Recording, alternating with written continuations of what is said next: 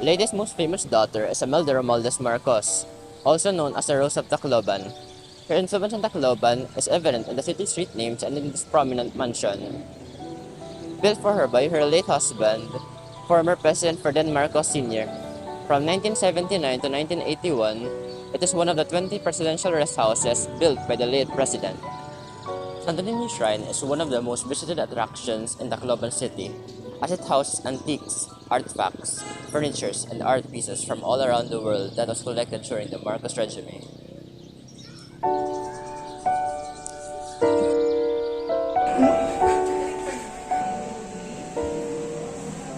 Some people are confused why is it called SANTO NIÑO Shrine, but reflects the luxurious lifestyle of the Romualdez clan. In 1979, a religious landmark was built in honor of SANTO NIÑO, the patron saint of Tacloban City, and that is how the shrine got its name.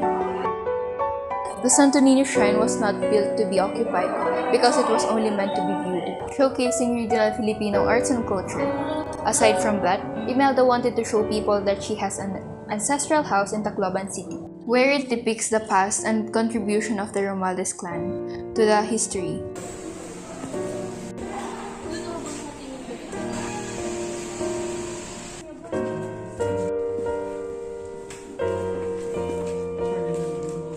The shrine served as a chapel, museum, and a guest house. However, it's said that Imelda stayed in the house only once. For all its grandeur, the property was sequestered by the Presidential Commission on Good Government in 1986 as a part of a campaign to recover the Marcos family's ill-gotten wealth. The former presidential building was converted into a museum.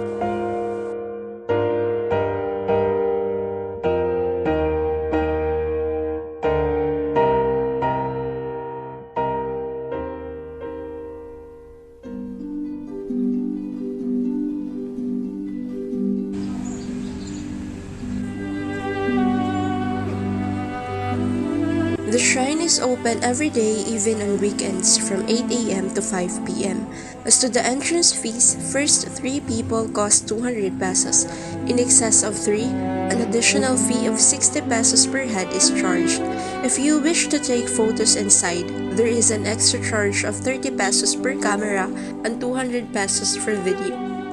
Upon entering the shrine, you will be directed to a chapel dedicated to SANTO NIÑO, the patron saint of Tacloban City. At the altar is an image of the SANTO NIÑO de Leyte.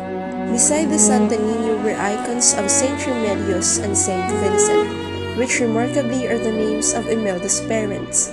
This section of the museum is lit by beautiful chandeliers hanging above rows of pews made of Nara arranged like a banig. The museum has 20 rooms. 7 of these were built for the members of the Marcos family, wherein the biggest room in the house belongs to Imelda herself, with its size larger than the average Filipino home. Surrounding the chapel are the 13 guest rooms with 13 different motifs. Each guest room has its own unique motif, such as sampaguita, shell, banig, coconut, butterfly, and many more, which mostly are named after cultural arts and products of some provinces. Each room also displays framed signed photographs of Imelda and late President Marcos. Aside from books and photographs, each room also contains dioramas depicting Imelda's various projects throughout the Philippines, ranging from health, tourism, and infrastructure projects. At the ground floor is the wooden bas relief of the legend of the first Filipino man and woman, si Malakas at si Maganda. Opposite to this sculpture is an 18-seater table and chairs inside a conference room beside the governor's room. The red carpet grand staircase leading to the second floor is reflected in a large Austrian mirror. The second floor houses intricate and lavish collections. At the landing of the staircase are pictures of the late president and paintings of the local artist Fernando Amorsolo. Adjacent to this is the painting of the family tree of the Romualdez clan, painted by a female Spanish artist.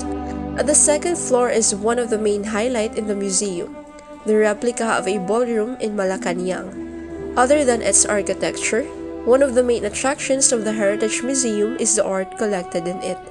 There are giant paintings of foreign artists such as Spanish artist Bebsi Bryas. Aside from paintings or antique collections, grand pianos, wooden and ivory sculptures, chandeliers from the Czech Republic, Italian tiles, Argentine carpets, Chinese porcelain drawers, and Austrian mirrors.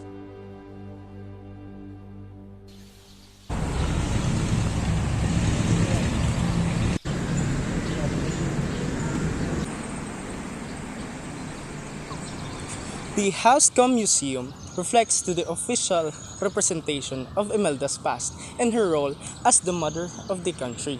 The design of the house and the collection of arts within this house not only shows the great wealth and power that she gained, but also claims her foreign and aristocratic origin.